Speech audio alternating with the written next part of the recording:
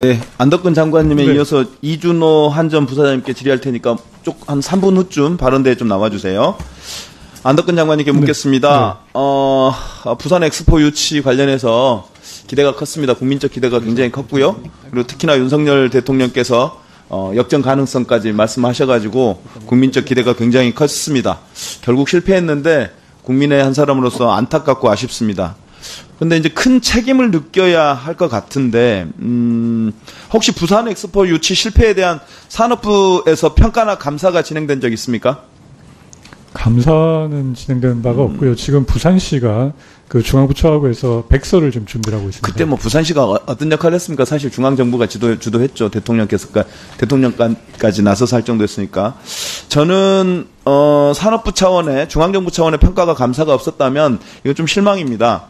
사실은 성공했을 때 얻는 교훈보다 실패했을 때 얻는 교훈이 오히려 크다는 게 역사의 어떤 증언들인데요.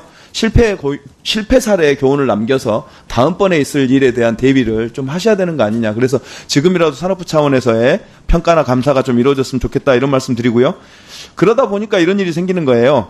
언론 보도에 그 산업부에서 아까 얘기했던 김건희 여사가 제작한 부산 엑스포, 이른바 김건희 키링이죠. 이걸 2,000개 구매했다고 보도가 됐는데 이 구매한 2,000개를 어디다 썼는지에 대한 그리고 누구한테 나눠줬는지에 대한 물품관리대장이 없는 거예요. 이게 이런 일들이 벌어지고 있으니까 이후에도 똑같은 일이 다시 반복될 거라는 걱정을 하는 거죠. 기재부의 예산 및 기금운용계획 집행 지침에 따르면 일반 수용비 지침은 기념품은 목적에 맞게 최소한으로 제작 활용하여 낭비 요인이 발생하지 않도록 해야 한다고 규정하고 있고요.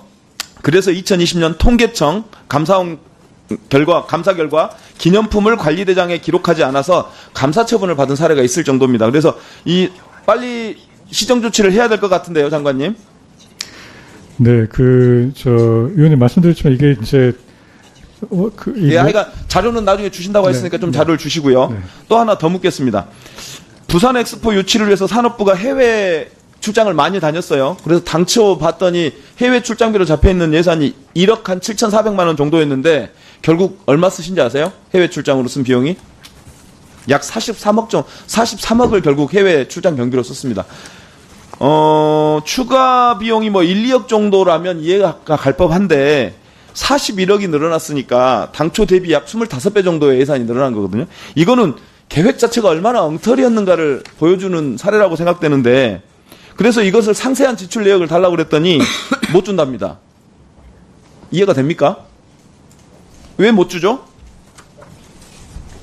모르시죠? 넘어가 볼게요. 2014년 대법원은 이런 사건이 하나 있었어요. 그러니까 2014년 하계 유니버시아드 대회를 광주광역시가 유치하려다가 실패했는데 이때 광주광역시가 세부 활동비 내역을 제출하지 않아요. 그래서 대법까지 가는 소송이 걸렸는데 소송 결과 세부 활동비 내역을 공개하라라고 하는 판결을 내렸습니다. 대법에서요. 이런 부분에 대해서 좀 명심하셔가지고 부산 엑스포 과정에서 이러저러한 실수나 혹은 공개하고 있지 않은 자료들에 대해서 적극적으로 공개해서 다시는 이런 실패가 반복되지 않도록 해야 한다고 생각하고요. 이참에 감사원 감사를 한번 받아보면 어떨까 이런 생각도 드는데 어떻습니까? 당시에 저희 부에서는 최대한 저희가 지원할 수 있는 부분에 대해서 산업계하고 같이 아직 저의 대답 원하는 거는요. 산업부의 책임 있는 대답이에요. 하여간 나중에 다시 한꺼번에 좀 대답해 주시고요. 저기 아까 이준호 부사장님? 아까 허성무 의원님 지적하셨는데 섬지역 전력 공급 업무를 한전의 하청업체인 JBC 소속 노동자들이 담당하고 있다가 이번에 184명이 직접 고용하라고 하는 법원 1심 승소 판결에도 불구하고 결국은 대량 해고였어요. 알고 계시죠? 네. 도서지역 노동자들이 JBC 소속이었지만 사실상 한전의 지위를 받고 있었던 점을 재판부가 인정하면서 한전에서 직접 고용하라고 판결을 내린 거죠. 예, 그런데 맞습니다. 거기에 불복해서 2심하고 있는 거고요. 네. 그 사이에 JBC는 이 184명을 해고했어요.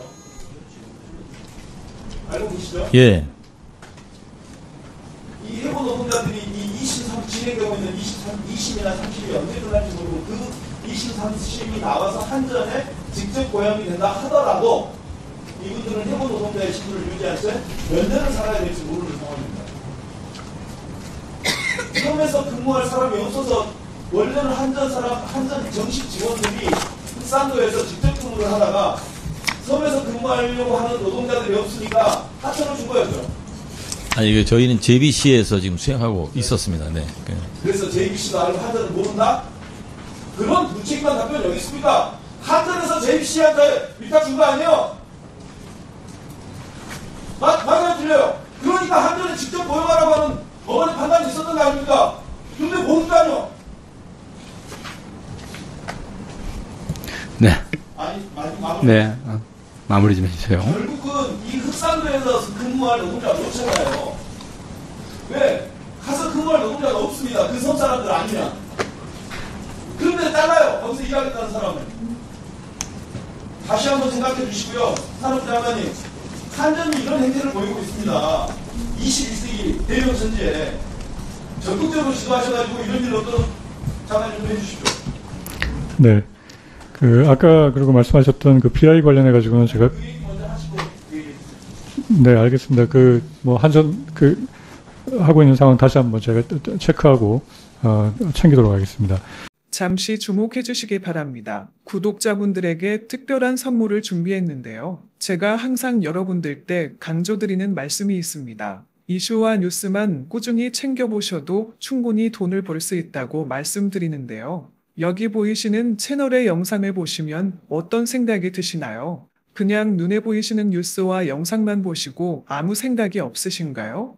그렇다면 저는 잘못된 것이라고 말씀드리고 싶습니다. 그 이유가 무엇이냐면 제가 8월 초에 뭐라고 말씀드렸나요? 지금은 바이오에 관심을 가져야 한다라고 뉴스만 보고 넘기지 마시고 투자를 직접적으로 생각해봐야 한다고 말씀드렸는데요. 이런 썸네일들과 영상을 통해서 충분히 구독자님들께도 전달이 되셨을 겁니다. 이런 바이오 이슈가 되었을 때 부자들은 어떻게 생각할까요? 바이오 관련주는 무엇이 있는지, 어떤 종목이 가장 좋을지, 어디에 투자해야 돈이 몰릴 수 있는지 자연스럽게 생각한다고 말씀드렸습니다. 지난번에 구독자분들과 함께하는 주식으로 수익 내기를 진행했었는데요. 100% 무료로 진행을 했고 이 사진을 보시면 아시겠지만 구독이라는 문자 메시지를 남겨주신 모든 시청자분들께 이렇게 바이오 관련주 중에 가장 급등할 확률이 높은 딱 한 종목을 드렸습니다.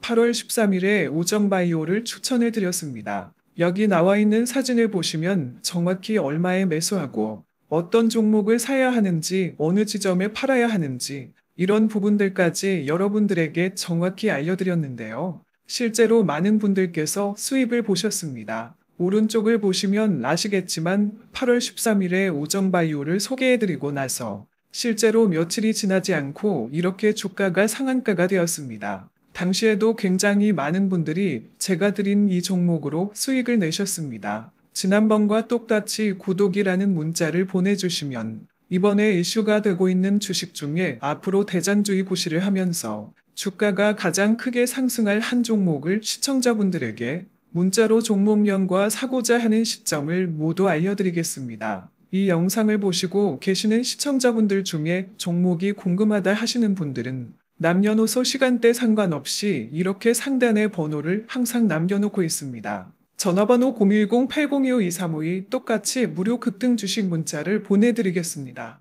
돈을 받는 것도 아니고 투자를 대신해 드리는 것도 아니고 부담 없이 구독 문자 보내주시면 되십니다. 수익이 나신다면 구독과 좋아요 한 번씩 부탁드립니다.